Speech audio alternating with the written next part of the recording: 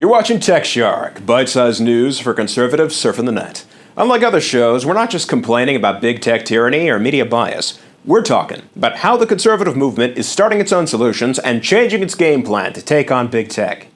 Today I'm joined by Conservative Partner Institute Senior Director of Policy and Free Speech Alliance member Rachel Bovard.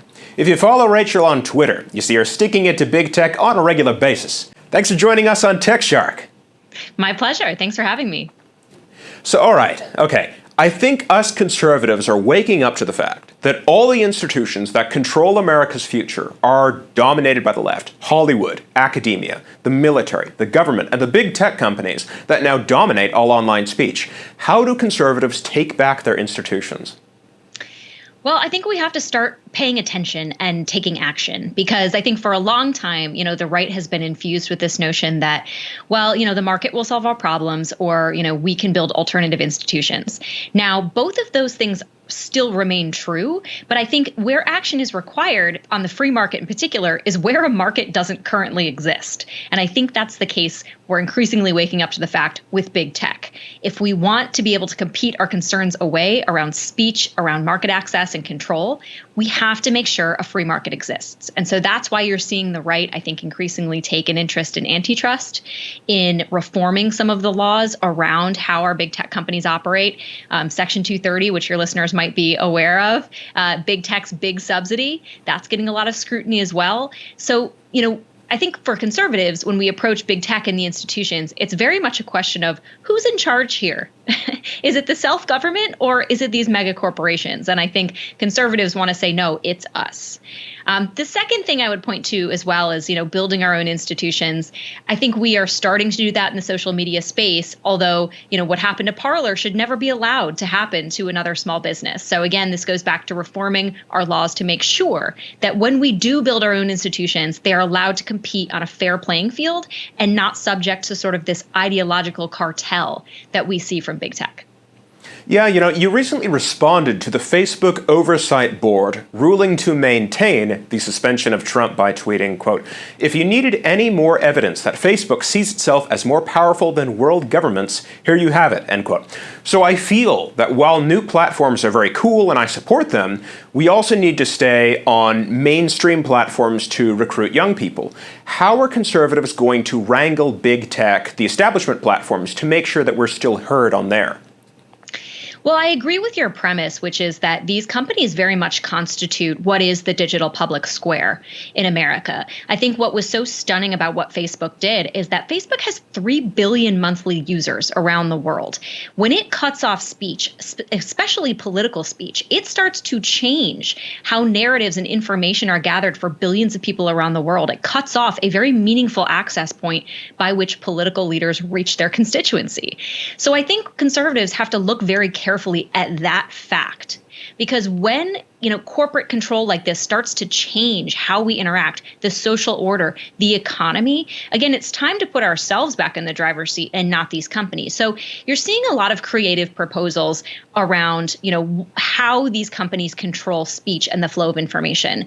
Justice Clarence Thomas recently opined from the Supreme Court that we should look into common carriage. Right? The idea that these companies act as public utilities in many ways, they're critical components of our infrastructure, so that they should be subject to certain non-discriminatory provisions that, companies like the telephones or the railroads or the telegraph were all subject to.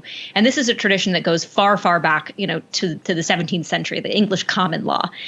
So that's one aspect, and then I think the right is looking at a lot of alternatives around, again, antitrust enforcement, right? It would be different if Google was only filtering information for 20% of the world and not 90% of the world. And so breaking that stranglehold and allowing alternatives to arise really does give, I think, more of an access point to more people than currently exist under the speech tyranny of these companies. Absolutely. I mean, if there's anything that really characterizes what we're seeing, there's so many amazing realignments going on.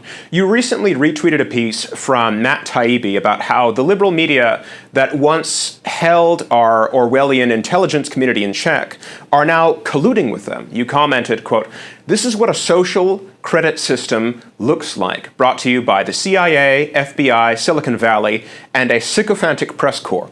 Now, In my opinion, the left once was anti-establishment, it was anti-corporate, it was anti-spying, it was anti-war. Why are they all over the military-industrial complex and mega corporations like chocolate and peanut butter together in a Reese's? This is one of the really scary things I think we're seeing in this modern age, which is big government colluding with big business and big media to enforce a standard of behavior on America. And, Matt Taibbi really goes into this idea that, instead of acting with scrutiny, towards these claims by the intelligence community, what we call the deep state, right? They are accepting them and they are using those views to punish people. Right, to call people out, to punish, local people for going up against, what they say is the controlling narrative. That's not America. That's China. Mm-hmm. And so, China already has a social credit system where your behavior on certain platforms or in society can then inform how you are treated in the public square. That is an authoritarian regime that we are increasingly beginning to replicate in I find very dangerous ways. And this is why I go back to this idea of, massive corporate control being a threat to liberty. Because when you have, again, these big tech companies partnering in many ways with a one-party state, you get ideological enforcement like we've never seen before.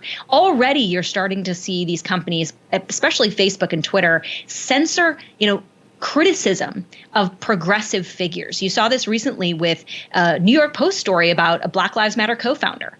The New York Post story used public information to report on the many million-dollar houses this person had purchased, and compared that to the fact that her ideology is as a Marxist. She's a self-professed Marxist.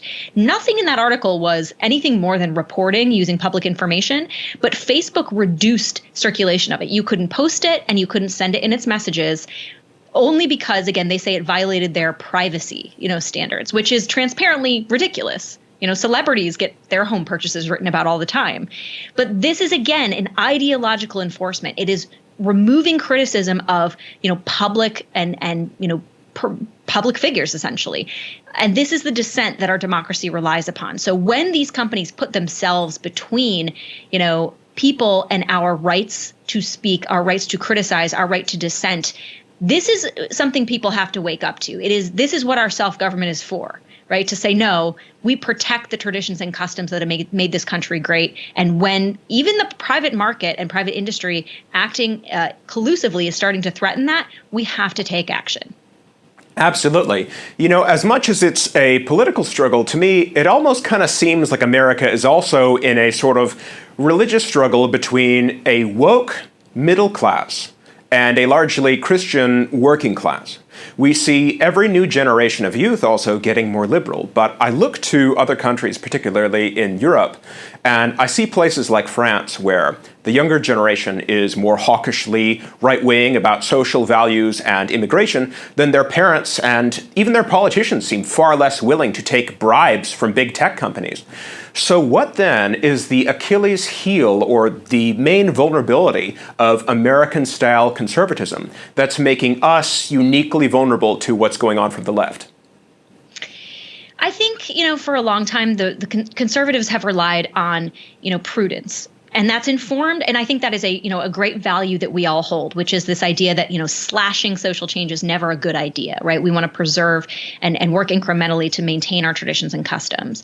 But that, I think, is also routed sometimes into an ideology that says whatever the market decides is good, full stop. And, we shouldn't have anything to say about it. But I think increasingly that's being turned on its head because we're seeing the marketplace, act it with monopoly power. And that is not only against our interests. People like Friedrich Hayek, one of the great defenders of the free market, really was worried about this big business and big government, especially working hand in hand. And he said, when that happens, that leads naturally to authoritarianism, to fascism. And so that must be addressed. And that's what we're seeing right now. But I think conservatives for so long have been unwilling, I think, to question what's going on in the marketplace, and rightly so, because 90% of the time it's usually fine, and the unfettered market does great and amazing things for America. But when you have concentrated power, when you have monopoly, you should be questioning those things. And conservatives have a long intellectual tradition of being skeptical of concentrations of power, whether or not they exist in the government or in the private sector. And so I think you're seeing, you mentioned a realignment earlier. You're seeing, I think, younger conservatives wake up to this idea that we maybe need to recapture that tradition and look with skepticism on concentrations of power, as Barry Goldwater used to say, wherever they reside. Exactly. That really resonates with me because what we're facing right now is a new sort of choke point problem with institutions. I mean, big tech is the best example because conservatives get censored, so they build their own platforms. Then banks or payment processors like PayPal blacklist that platform so it's not financially viable. It's like that with everything. It's like conservatives, every step of the way, need alternative institutions to support them for everything in order to continue their way of life. Is there any organization that's really answering the sort of choke point problem, or is anybody talking about founding, say, conservative banks that won't financially blacklist people? So we are slowly, I think, coming around to this. You're starting to see companies like RightForge get founded. RightForge is building what they say is an uncancelable stack. So, the internet from all the way down to all the way to the top that covers email, that covers hosting services, all these different opportunities to engage the market. They're hosting all of that. And they're saying, we won't, deplatform you for ideological reasons. But unfortunately, I think conservatives have been behind in this because we've always trusted the market. We've always trusted the profit motive of these companies to protect us. Because why would some of these companies want to cancel half their user base when they could be making money? But unfortunately, when you have monopoly power, they don't care. Because they know that you have nowhere else to go. You're forced to use their service. But the other thing that's really insidious here, too, is that, for banks, for certain companies like, Major League Baseball or Delta or these airlines, we've always relied on them to say, look, the old Michael Jordan adage, Republicans buy sneakers too, right? We shouldn't shun them. But increasingly what we're seeing is that phrase sort of turned on its head, where it's not Republicans buy sneakers, it's Republicans buy sneakers, but should they? And so that kind of ideological warfare is unacceptable.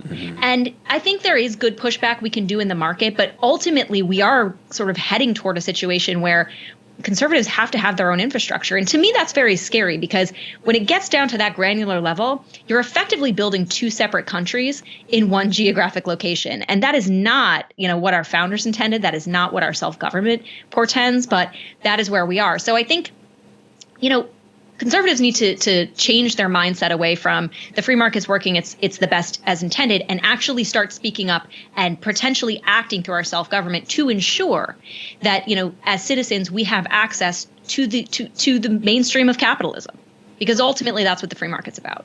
Exactly. I really hear you on that. We've definitely got our work cut out for us. So we're about out of time, but hey, it's been great talking to you, and I look forward to seeing where the Conservative Partnership Institute leads the conservative movement. Thank you so much for joining us. My pleasure. Thanks for having me. You've been watching TechShark. Once again, I'm Alexander Hall with MRC-TV and Free Speech America. Have a good week.